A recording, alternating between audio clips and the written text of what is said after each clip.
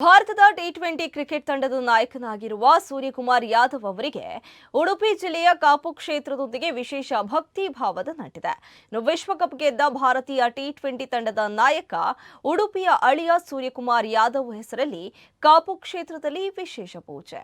ಹೌದು, ಸೂರ್ಯಕುಮಾರ್ ಯಾದವ್ ಅವರ ಪತ್ನಿ ದೇವೀಶ ಶೆಟ್ಟಿ ಉಡುಪಿ ಜಿಲ್ಲೆಯ ಕಾಪು ತಾಲೂಕಿನ ಮೂಲದವರು. ಕಾಪು ಮೂಲದ ದೇವೀಶ ಶೆಟ್ಟಿ ಕುಟುಂಬವು ಸದ್ಯ ಮುಂಬೈನಲ್ಲಿ ವಾಸವಾಗಿದ್ರು ಕಾಪುವಿನ ಹೊಸ ಮಾರಿಗುಡಿ ಅಮ್ಮನವರ ಪರಮ ಭಕ್ತಿಯಾಗಿದ್ದಾರೆ. ಕಾಪು ಹೊಸ ಮಾರಿಯಮ್ಮ ದೇವಸ್ಥಾನವು ದೇವೀಶ ಕುಟುಂಬದ ಆರಾಧ್ಯ ಕ್ಷೇತ್ರವಾಗಿದೆ.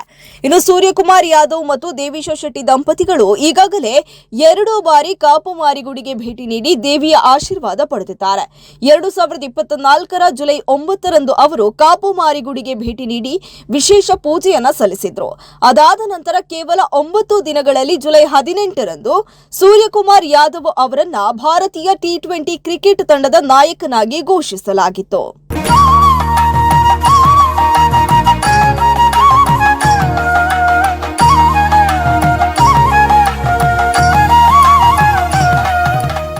ದೇವಸ್ಥಾನಕ್ಕೆ ಭೇಟಿ ನೀಡಿದ ಸಂದರ್ಭದಲ್ಲಿ ಪ್ರಧಾನ ತಂತ್ರಿಗಳಾದ ವೇದಮೂರ್ತಿ ಕುಮಾರಗುರು ತಂತ್ರಿಗಳು ಮತ್ತು ಅಭಿವೃದ್ಧಿ ಸಮಿತಿಯ ಅಧ್ಯಕ್ಷರಾದ ರಾಜಶ್ರೀ ಕೆ ವಾಸುದೇವ ಶೆಟ್ಟಿ ಅವರಿಗೆ ಆಶೀರ್ವಾದ ನೀಡಿ ಮುಂದಿನ ದಿನಗಳಲ್ಲಿ ಭಾರತೀಯ ತಂಡದ ನಾಯಕನಾಗಲೆಂದು ಶುಭ ಹಾರೈಸಿದ್ರು.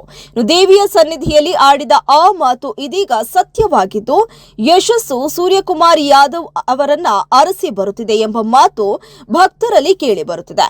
ಕೋಟ್ಯಾಂತರ ರೂಪಾಯಿ ವೆಚ್ಚದಲ್ಲಿ ಮರು ನಿರ್ಮಾಣಗೊಂಡಿರುವ ಕಾಪುವಿನ ಹೊಸ ಮಾರಿಗುಡಿ ದೇವಸ್ಥಾನದ ನಿರ್ಮಾಣದ ವೇಳೆ ಸೂರ್ಯಕುಮಾರ್ ಯಾದವ್ ಮತ್ತು ದೇವೀಶ ಶೆಟ್ಟಿ ದಂಪತಿಗಳು ದೇವಸ್ಥಾನಕ್ಕೆ ಕುಟುಂಬ ಸಮೇತವಾಗಿ ಕಂಬವನ್ನ ದಾನವಾಗಿ ನೀಡಿದ್ರು.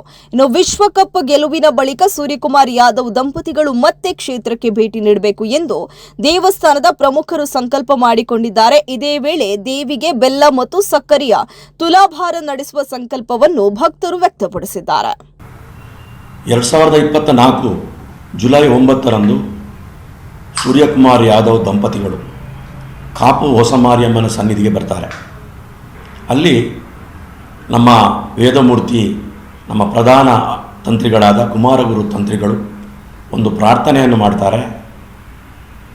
ನೀವು ಆದಷ್ಟು ಶೀಘ್ರದಲ್ಲಿ ನಮ್ಮ ಇಂಡಿಯಾ ಟಿ20 ಟೀಮ್ನ ಕ್ಯಾಪ್ಟನ್ ಆಗಿ ಬರುವಂತಾಗಲಿ, ಉಚ್ಚಂಗಿ ಸಹಿತ ಮಾರಿಯಮ್ಮನ ಆಶೀರ್ವಾದ ನಿಮಗೆ ಸದಾ ಇರಲಿ ಎಂಬ ಪ್ರಾರ್ಥನೆಯನ್ನು ಮಾಡ್ತಾರೆ.